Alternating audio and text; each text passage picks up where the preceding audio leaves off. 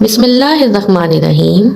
جب حضرت آدم علیہ السلام کو اللہ تعالیٰ نے پیدا کرنے کا ارادہ فرمایا تو سب سے پہلے فرشتوں کو اس کی خبر دی، جس طرح کسی بھی عظیم کام کو وجود میں لانے سے پہلے دی جاتی ہے۔ فرشتے حضرت آدم علیہ السلام کی تخلیق اور اللہ پاک کی حکمت کے بارے میں مزید جاننے کے خواہشمند تھے۔ انہوں نے عرض کیا، تو کیا آپ ایسے شخص کو نائب بنانا چاہتے ہیں جو خرابیاں کرے اور کشت و خون کرتا پھرے؟ اس سوال کا مقصد نہ تو اللہ پاک پر اعتراض کرنا تھا اور نہ ہی انسان سے حسد کرنا تھا، بلکہ یہ تو اللہ پاک کی حکمت معلوم کرنا چاہتے تھے۔ اور اللہ تعالیٰ نے فرمایا، جو کچھ میں جانتا ہوں وہ تم نہیں جانتے۔ حضرت اسرائیل علیہ السلام کو حکم ہوا کہ زمین سے ہر قسم کی سرخ و سفید اور سیاہ مٹی کی ایک مٹھی لائیں۔ انہوں نے ایسا ہی کیا۔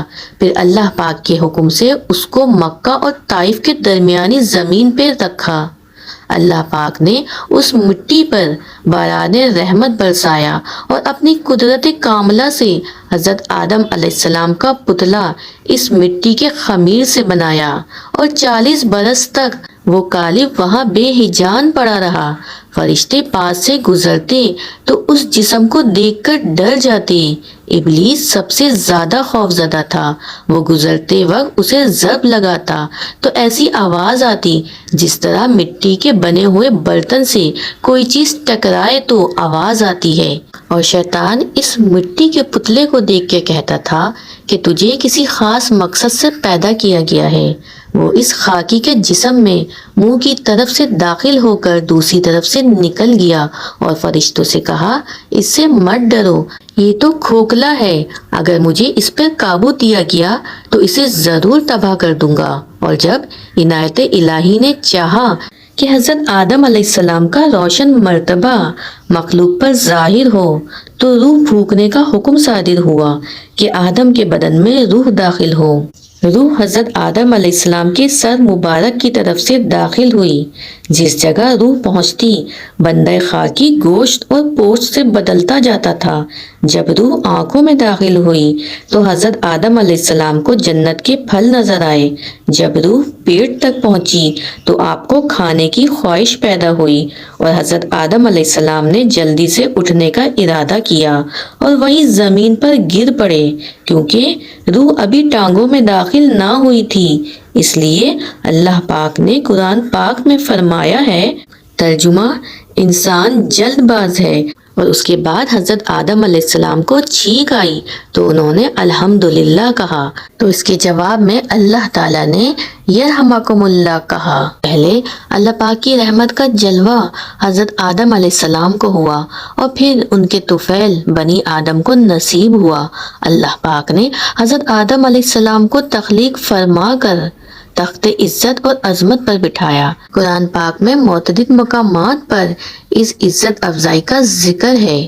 حضرت آدم علیہ السلام کی پیدائش پر فرشتے ابتدا میں کہتے تھے کہ جس کو اللہ پاک خاک سے پیدا کر کے خلافت کی مسند پر بٹھائیں گے تو وہ خدا کے نزدیک ہم سے زیادہ عزیز نہ ہوگا، کہ ہم دن رات علام الغیوب میں رہتے ہیں، ہمارا علم ان سے زیادہ ہے۔ پھر اللہ تعالیٰ نے حضرت آدم علیہ السلام کو حکم دیا کہ فرشتوں سے ان چیزوں کے بارے میں پوچھو۔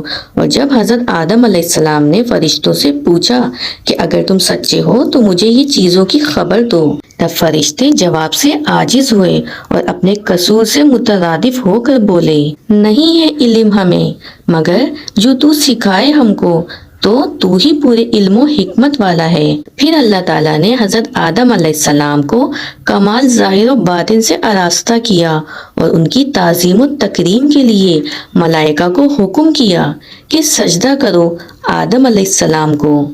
سب فرشتوں نے حکم الہی کے سبب بلا عذر و تکرار حضرت آدم علیہ السلام کو سجدہ کیا، مگر ابلیس نے انکار کیا اور بولا، میں آدم سے بہتر ہوں کیونکہ میں آگ سے بنا ہوں اور آدم کو مٹی سے پیدا کیا گیا ہے۔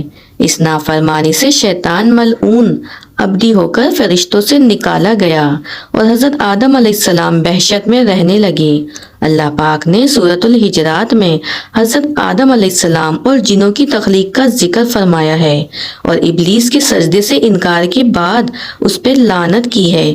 اس نے لعنتی قرار پانے پر بنی آدم کی دشمنی کا اعلان کر دیا اور اللہ پاک سے تا قیامت اس کی مہلت طلب کی، اور یہ واقعہ سورۃ الحجرات میں موجود ہے۔ اور پھر جب حضرت آدم علیہ السلام کو اللہ تعالیٰ نے وحشت میں رہنے کا حکم دیا تو آپ جنت میں تنہائی کی وجہ سے بہت زیادہ ملعون ہوئے، تو اللہ تعالیٰ نے آپ پر نیند کا غلبہ فرمایا اور آپ گہری نیند سو گئے۔ تو نیند ہی کی حالت میں آپ کی بائیں پسلی سے اللہ تعالیٰ نے حضرت حوا علیہ السلام کو پیدا فرمایا۔ جب آپ نیند سے بیدار ہوئے تو یہ دیکھ کر حیران رہ گئے کہ ایک نہایت ہی خوبصورت، حسین و جمیل عورت آپ کے پاس بیٹھی ہے۔ آپ نے ان سے فرمایا کہ تم کون ہو اور کس لیے یہاں آئی ہو؟